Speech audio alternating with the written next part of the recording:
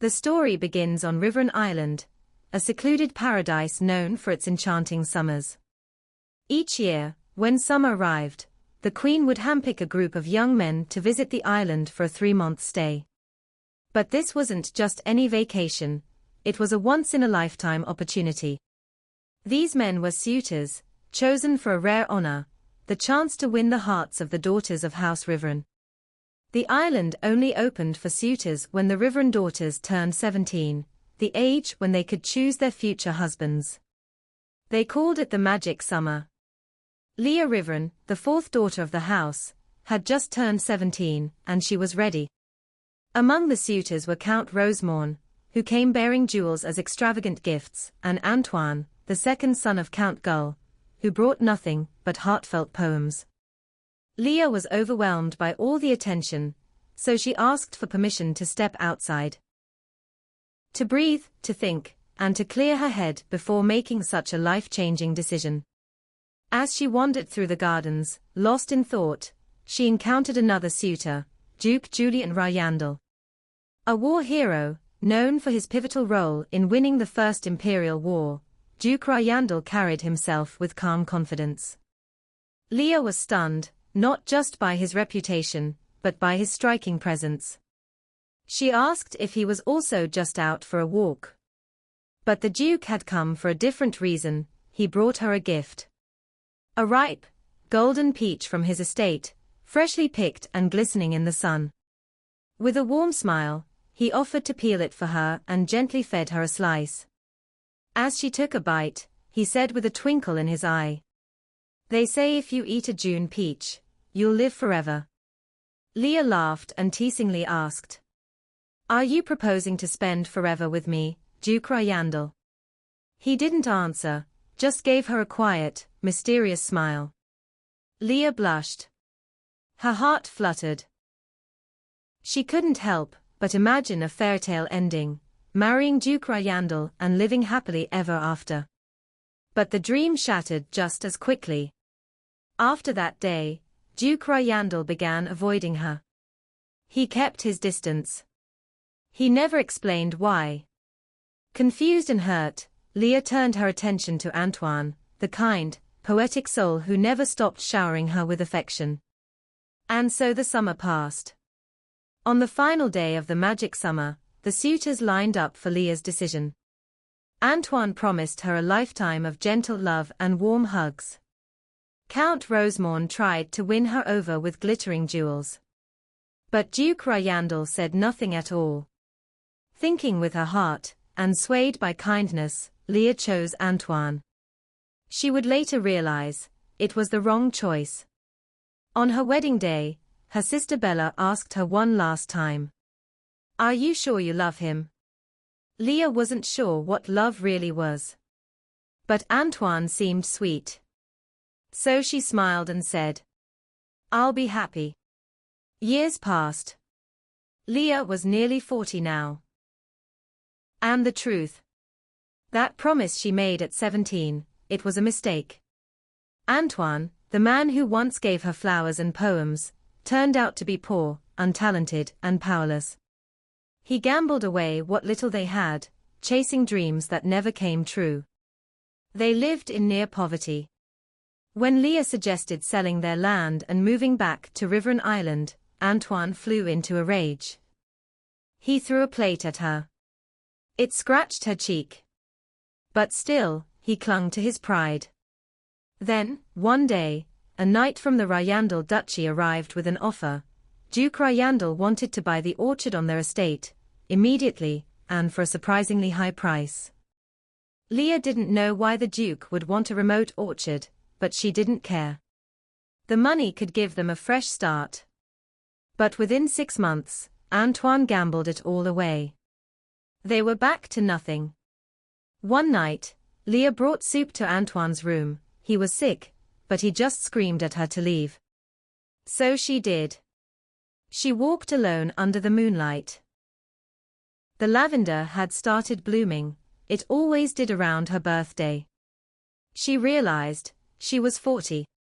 And miserable. Tears rolled down her cheeks, as she whispered a silent wish. If only I could go back, just once, to when I was 17.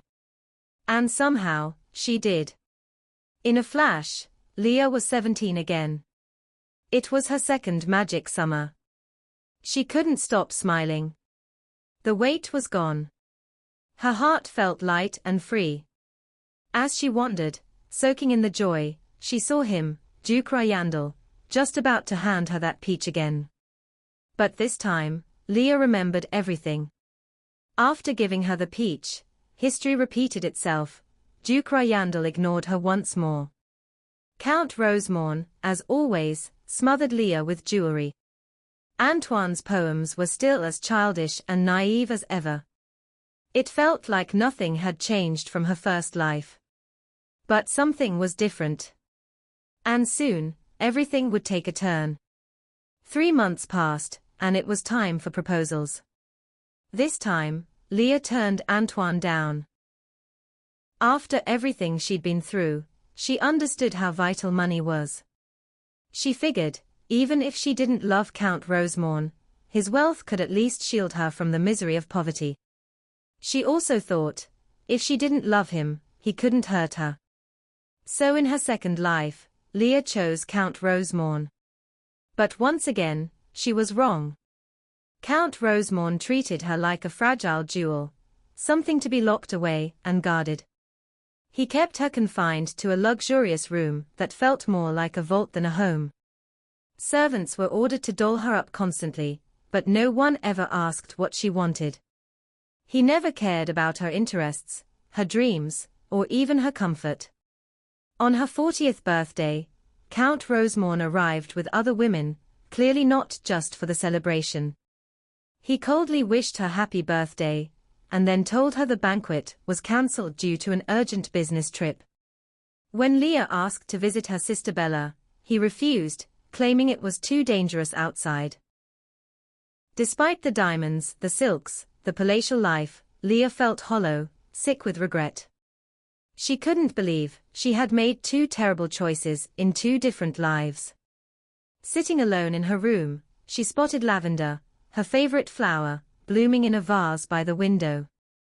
It reminded her of her birthday, of lost time, and of all the promises she made to herself. Desperate for one last chance, she clutched the lavender and whispered a plea. "Please, let me go back. Just once more. I swear I won't make the same mistake." And just like that, she was 17 again, standing in the lavender fields, tears in her eyes. This time, she turned to her sister Bella and made a promise. "I'm not getting married," she said firmly. That evening, during dinner in the Riveren family dining room, Duke Riveren brought up the usual topic, Leah's suitors arriving soon.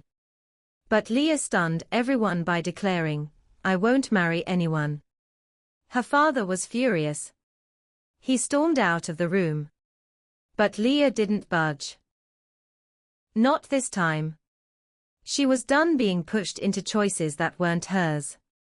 Weeks passed peacefully. Then came the first week of June, and with it, the arrival of the suitors. Antoine, still reciting cheesy verses. Rosemorn, still treating her like a porcelain doll. And then, there he was, Duke Julien Ryandel. Dashing as ever, with that familiar peach in hand. Julien smiled and asked, "Have you ever tasted a peach before?" Leah casually replied, "Yes," and described its flavor in detail. Julien looked confused. "Have you visited my estate before?" Leah shrugged playfully. "No, you gave it to me." His confusion deepened. Leah realized she was getting ahead of herself. This version of Julien didn't remember anything. Quickly, she corrected herself. "Actually, no, I haven't had it yet." Then she leaned in and asked, "Would you peel it for me?" As Julien peeled the peach, juice ran down his hand. Leah reached out to help roll up his sleeve, but then, on impulse, she did something bold. She gently licked the juice from his fingers. Julien turned bright red. He stepped back, flustered. Elle Leah. She raised a brow. You can't just call me by name without permission.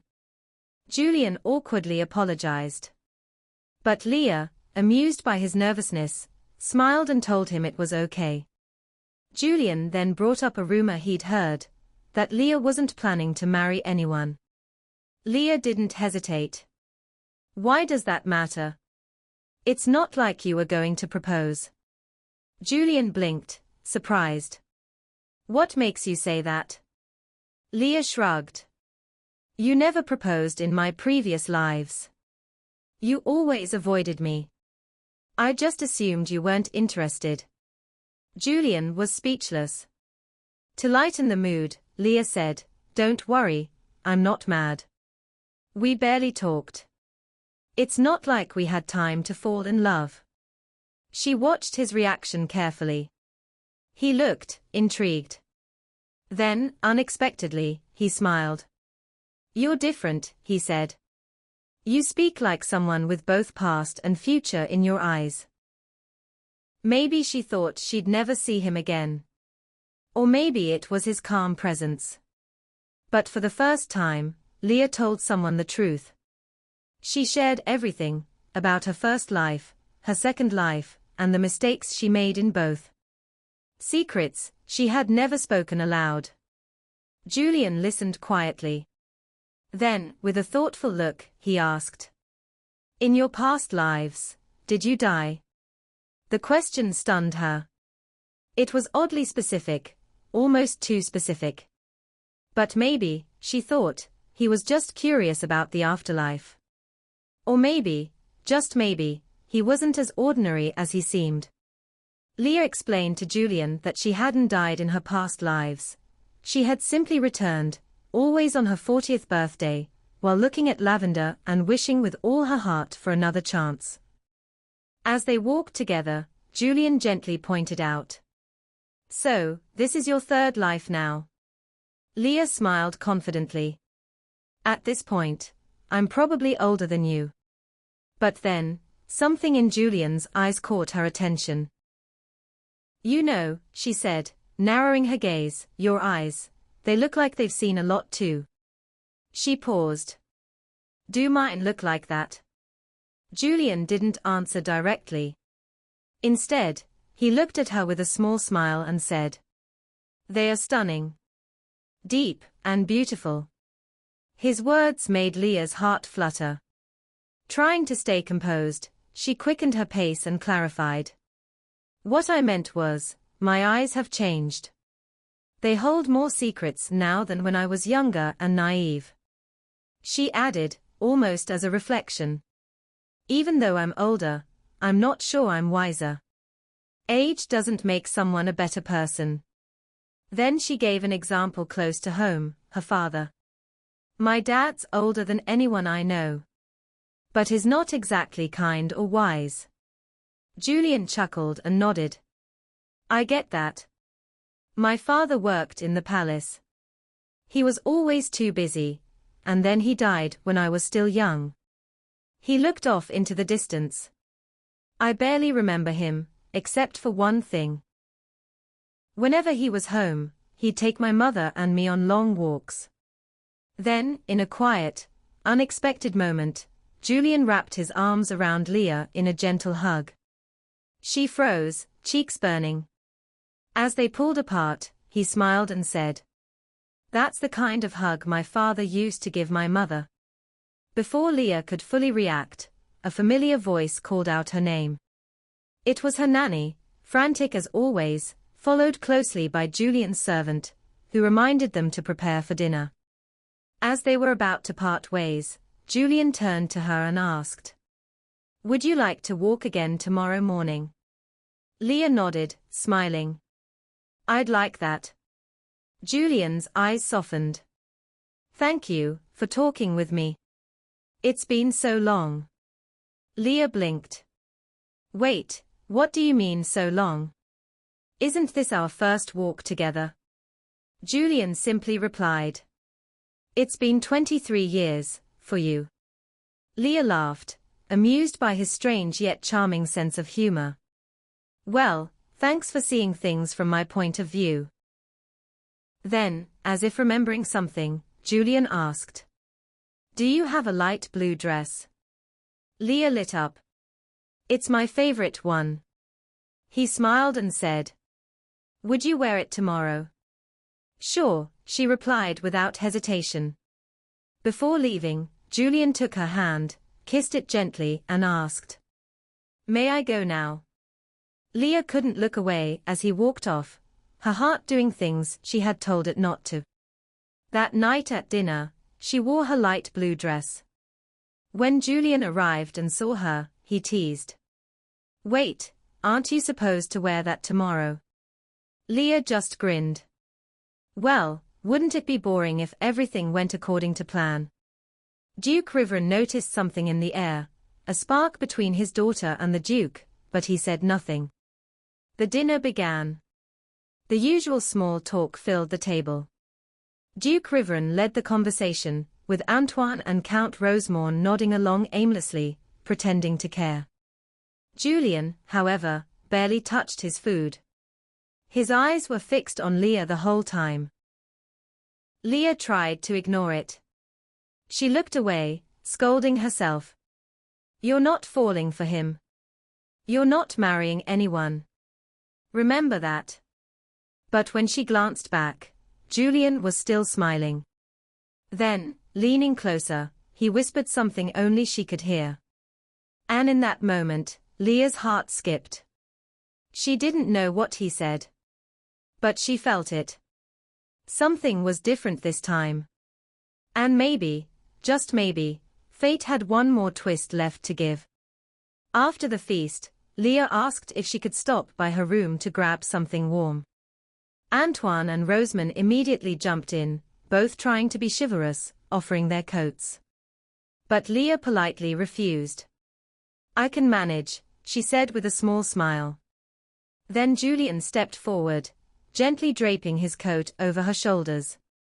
I'll walk with you. It's dark. Antoine tried to object, quickly volunteering to escort her as well. But before he could take a step, Duke Riveren intervened. I need to speak with both of you, he said firmly, gesturing to Antoine and Rosemond. With that, Leah and Julian were left alone. As they walked, Leah casually remarked. I think my father likes you. Julian glanced at her and, out of the blue, asked. Do you like me too? Leah stopped in her tracks. Does it really matter? She asked, surprised. It does, Julian replied without hesitation. She was caught off guard. In her past lives, he had always kept his distance. But now, he looked at her with the kind of eyes that made her question everything she thought she knew. Earlier that evening, Leah had asked her nanny to prepare the blue dress Julian liked, but there'd been a mix-up. The staff thought Julian had requested the dress for the dinner itself, not the next day, and the maids jumped to conclusions. She's marrying Duke Ranel, they whispered. Leah had shut it down quickly, clarifying that she wasn't getting married. Not again. But now, standing next to Julian in that very dress, she was beginning to waver. Suddenly, Julian asked. What are you thinking about me right now? Leah looked away, unsure. I used to be annoyed by you. You always avoided me. But now, you seem like a good person. When they reached her room, Leah grabbed her shawl and turned to find Julian waiting patiently. But before they left, he softly asked. Would you hold your shawl aside for a moment? Confused, she did as he asked. I just want to see you in that dress one last time, he said, his voice quiet but sincere. Leah playfully teased him. You're staring. Julian only smiled. Because you're beautiful. Leah couldn't help herself. Why did you want me to wear this dress? Have you seen me in it before? Julian hesitated, then nodded. I have. You wore it once before, and you looked just as beautiful then as you do now. That's when Leah began to notice the odd phrasing. Still, as always, it felt like he'd known her forever. She didn't hold back. Julian, what's going on? You speak like you know me. Trying to piece it together, she asked if he had attended her sister Bella's wedding, the one where she wore this very dress, and recited a poem. Julian lowered his gaze and confessed.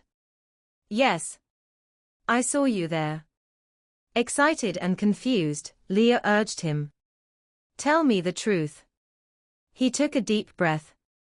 I wanted to see you in that dress again, thinking it would satisfy me, but seeing you now, it only makes it harder. Harder to do what? She asked. To give up, he whispered. His voice cracked with emotion. You're everything to me. No one else comes close. I thought maybe you'd find someone perfect. Better than me. Then Julian reached into his coat pocket, knelt before her, and pulled out a small velvet box. I'm not perfect, he said, but I'll do everything I can to become someone worthy of you. Opening the box, he showed her the ring. I vow to dedicate my life, body and heart, to you. In this life, and the next. Leah stood frozen, her cheeks flushed. She asked him to stand. I don't want to get married, she said honestly. It's never brought me happiness. Julian stood and gently replied. Then I'll bring you so much happiness that the pain won't stand a chance. Still unsure, Leah tried to push him away. You could find someone better than me. But Julian shook his head. There's no one better. Not to me. He wrapped her shawl around her shoulders, pulling her close. I want to start our life together as soon as possible. Then Leah asked the question that had been burning in her mind. Do you love me? Julian didn't hesitate. I've loved you since the first moment I saw you. Leah bit her lip, heart pounding. But, what if this is my last chance? What if I disappear again at 40? Julian looked into her eyes, full of conviction. Then I hope this is the last chance. Because if we marry and you vanish, I don't want to be left wondering what we could have had. Leah asked him if he ever imagined them growing old together. Julian smiled. I've imagined it more than 100 times. But that's just imagination, Leah whispered. No, Julian said, what matters is your heart. In that moment, Leah finally understood what had been missing all along. She admitted something she had never said out loud. In both of my past marriages, I never loved them. Not even once. Maybe if I had, I could have endured what they put me through. Julian took her hand.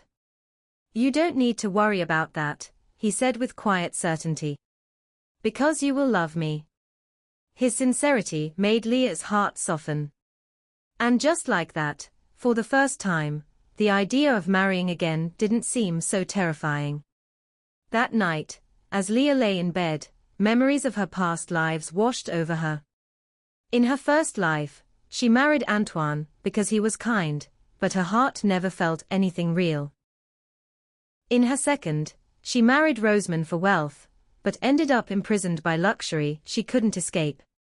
But now, with Julian, everything felt different.